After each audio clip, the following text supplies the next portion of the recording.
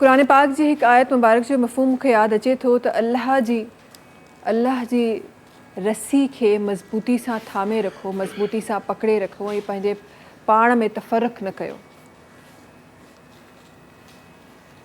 काफ़ी उलमा हज़रात जेके आहिनि, उलमा कराम जेके आहिनि, उन्हनि उन रस्सी खे क़ुरान पाक जो इशारो ॾिनो आहे।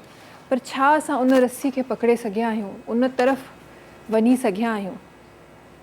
वाज़े लफ़्ज़नि में इहो चयो वियो आहे त मोमिन ॿिए मोमिन जो भाउ आहे, हर मोमिन हिकु ॿिए जो भाउ आहे। वाज़े लफ़्ज़नि में इहो फ़रमायो वियो आहे। हदीस मुबारकनि जी रोशनी में, क़ुरान पाक जी रोशनी में इहा असां सम्झूं था ॻाल्हि।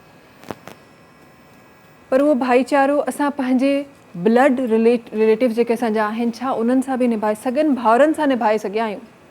वधीक ॿियनि रिलेशन जी तरफ़ मां नथी वञा, पर छा सॻनि भाउर भेणनि सां असां उहो रिलेशन, उहा यकजहती निभाए सघिया आहियूं? इस्लाम जी हिस्ट्री जे ॾिसिजे थी, दीन इस्लाम जॾहिं आम थिए थो, रसूल पाक सल्लल्लाहु अलैहि वसल्लम जी तरबियत नज़र अचे थी। उहे सहाबा कराम जेके ख़ुशनसीब सहाबा कराम जिन पंहिंजी ज़िंदगी में उन्हनि जो हिकु लफ़्ज़ सां बि, लफ़्ज़ मुबारक सां बि अगरि का तरबियत हासिलु कई, उहो त कुझु बि ॿुधाए थी। हिजरत मदीना जो उहो वाक़ियो जॾहिं अंसार ऐं मुहाजिर उते रसूलुल्लाह सल्लल्लाहु अलैहि वसल्लम उन्हनि ॿिन्ही खे भाउ चयो, भाउ ठाहियो, उन्हनि मञियो, ज़मीनूं शेयर कयूं वियूं, घर शेयर कया विया, खाधो पीतो शेयर कयो वियो, हिकु बर्तन में, किथे हिकु रिवायत मुताबिक़ हिकु बर्तन में खाइण जो रिवाजु आम कयो।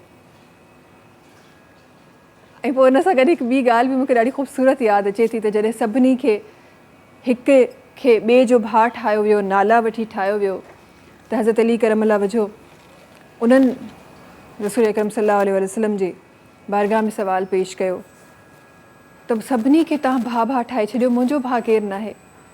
ऐं रसूल ख़ुदा सल्लल्लाहु अलैहि वसल्लम पाण फ़रमाइनि था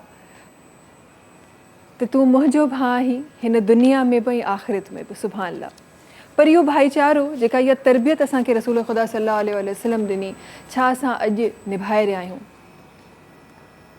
अॼु जो ज़मानो ॾिसी त मूंखे उहो वक़्तु यादि अचे थो जेको हाबिल ऐं काबिल वारो वक़्तु हो। भाउ जो दुश्मन हो। उहो वक़्तु मूंखे अॼोके ख़बर न आहे, पर अॼोको ज़मानो ॾिसी उहो वक़्तु ख़बर न आहे छो यादि अचे थो। पर असांजे इस्लाम जी टीचिंग्स त कुझु ॿियूं आहिनि, असांजे इस्लाम जी टीचिंग्स त कुझु ॿिए तरीक़े जूं आहिनि। ऐं जॾहिं हाबिल ऐं काबिल जो तव्हां वक़्तु यादि कयो था, त इस्लाम जी टीचिंग जेतिरो आसानी सां तव्हांखे टीचिंग मिले थी, जेतिरी आसानी सां तव्हांखे हिदायत मिले थी, तव्हांखे ज़रूरु उहो टाइम बि यादि ईंदो त जॾहिं हिकु कांव जे ज़रिए, हिकु बर्ड जे ज़रिए ख़ुदा ताला इहो ॿुधायो त इंसान खे दफ़नाइजे कीअं। इस्लाम जूं टीचिंग्स त एतिरियूं आसान आहिनि, ख़बर न आहे छो अॼु असां उन्हनि तमामु टीचिंग्स खां परे हलिया विया आहियूं। अॼु जिथे मां ॾिसां थी, न सिर्फ़ु तव्हांजा हिकु जॻह ते मां पढ़ियो, हिकु हदीस मुबारक जी जेका तव्हांजे साम्हूं पेश करणु चाहियां थी, जेका जॻह ते मूं पढ़ियो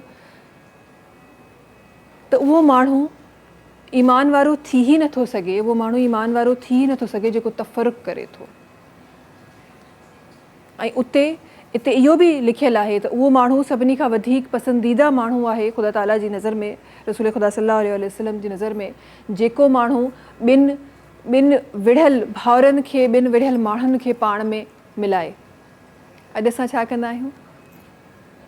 अगरि ॿ माण्हू विढ़ंदा आहिनि, उन ॿिनि माण्हुनि जे विढ़ण सां हुन जी स्टोरी मां अलॻि असां चस्का वठंदा आहियूं, हुन जी स्टोरी मां अलॻि असां चस्का वठंदा आहियूं। ग़ीबत जो हिकु दौरु आहे जेको फैली वियो आहे,